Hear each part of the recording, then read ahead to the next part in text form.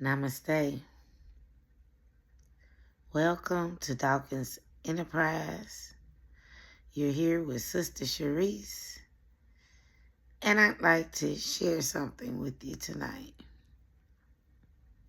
First, let me say this. I am so grateful for a plethora of things. I desire to remain in my highest vibration at all times. I am grateful to the Most High, my spirit guides, the angels, the archangels, all my protection, my guidance. Thank you for stopping by tonight. So, I'm going to just tell you a little story, okay? There was this woman, okay? She was at work. I won't be long before you today because it's raining, my sinuses, my eyes are all puffy.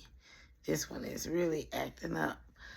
But I have to be obedient regardless to how I feel or whatever.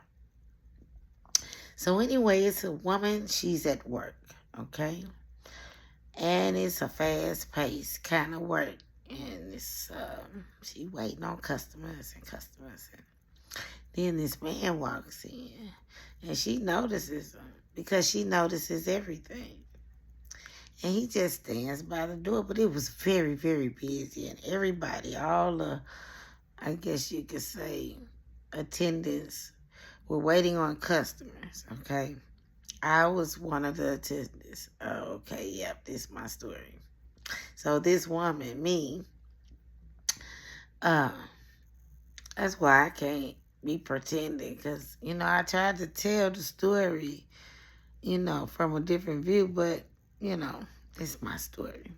So anyway, I was at work. I like to just tell the truth. Why not just tell the truth? I mean, I was going to say it was me at the end, but I messed that up. So I'm working. This man, he just standing there. I just see him. He come in, but he peeping everything. I check him out, but it's busy. He just standing there, but I guess he knew somebody that was working there with me. And, yeah, it kind of slowed down and everything. And then I guess she noticed them. They got to talking and everything. I told her, go ahead. I got it. I got your back. That's how you do. That's how you do. Or I got to quit looking at everybody through the eyes of the things that I would do. And so I'm still working on it. But anyway, I was like, I got you. And she went on and talked to him and everything. But that man, let's talk about that man. What can I say? I know he had a presence to him, And I wasn't looking at it like nothing. I just, waiting on the customer so she could catch up with him. But anyway, I met that man that day because he told her that he wanted her to introduce her to me. And I got to know this gentleman. And at the time, I didn't know him. But I met him. I fell in love with him. I really did. And we spent 5 or so, maybe more, years with one another. And at the time, it seemed as though he came into my life like God sent, because my mother died the next year and I couldn't hardly breathe. And I just depended on him for everything, It was like I was walking blind. If he wasn't leading me, I would have just fell on my face. Or so I thought. So anyway, I met him, and I was at all. I'm not going to tell no tale. This was the kind of man that walked with people that I read about in books, you know. I was so at awe. And then with the things that I knew and my experiences, and I was well read. I had so many books. I would loan them out like the library, for real, because it was like everybody elevate. I loaned out so many books. I paid a lot of money. I mean, hundreds and hundreds of books I had. Good books. Books that help you grow. And he saw, you know, I didn't have a place at the time, you know. And I had my daughter was in Texas with her father because I wanted her to have a normal life, a regular day to day. Get up in the morning in your bed, eat your breakfast, you know what I'm saying? And I had lost my place, and I didn't want instability for her, you know. Because I'm the bounce back kind of girl, you feel me? I knew that I was going to bounce back. But anyway, he was like, you don't have to be, you know, out here like this. Come stay with me. Well, apparently, you know, it was this house. And he taught me so much. I learned a lot that I did not know from this man. I don't know what he was doing. What his intent was. You know, now I'm looking back all these years. What did you want with me? You were sent. Okay, I know. But you know, all of these people, you know, there's been a lot of people sent in my life, you know, gentlemen that I developed relationships with. They were sent, and man, we was cool. We was vibing, you know. But I started noticing things. And then I guess true colors come out, you know. So I just got out the situation because I'm not the one. So anyway, it was very difficult. It took me a long time to get away from this man. I mean, it's the kind of man where, you know, when I first met him, we were just talking. And as a matter of fact, it was but spiritually, you know, we were connected. Anyway, and I digged him. I did. A lot of things about him, but I didn't know a lot of things about him. I digged the part of him that he showed me. He's very intelligent, very smart, and so am I. So our minds were like, poof. I mean, we would be uncovering all kind of things in those books. We would drink coffee and read the Bible and the Quran. And man, it was wonderful. We traveled. But then when we got there, I see true color. And like I say, I'm not the one. So anyway, this whole message is about how we will put people on a pedestal, you know. We will give people more than we see. You know, rose-colored glasses. We look through the rose-colored glasses. And not just with that. I'm talking about with everyone. I've learned over the years that it's always more. Don't idolize people. I don't think I idolized him, but I had so much respect for him until he showed me stuff. And I'm like, man, you saying you hard. You saying that you practice things, but you don't. And that's on you. Everybody got a choice, you know. But if I say I ain't eating no pork, I I ain't eating no pork. By saying I ain't doing this, I ain't doing that. And it's me because I made a choice. And I have a choice to change my mind if I want to. You know what I'm saying?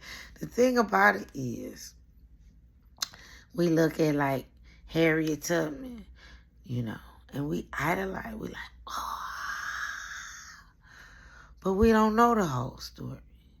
Like Martin Luther King, you know, he had some affairs or whatever. Does that take away from his greatness? No.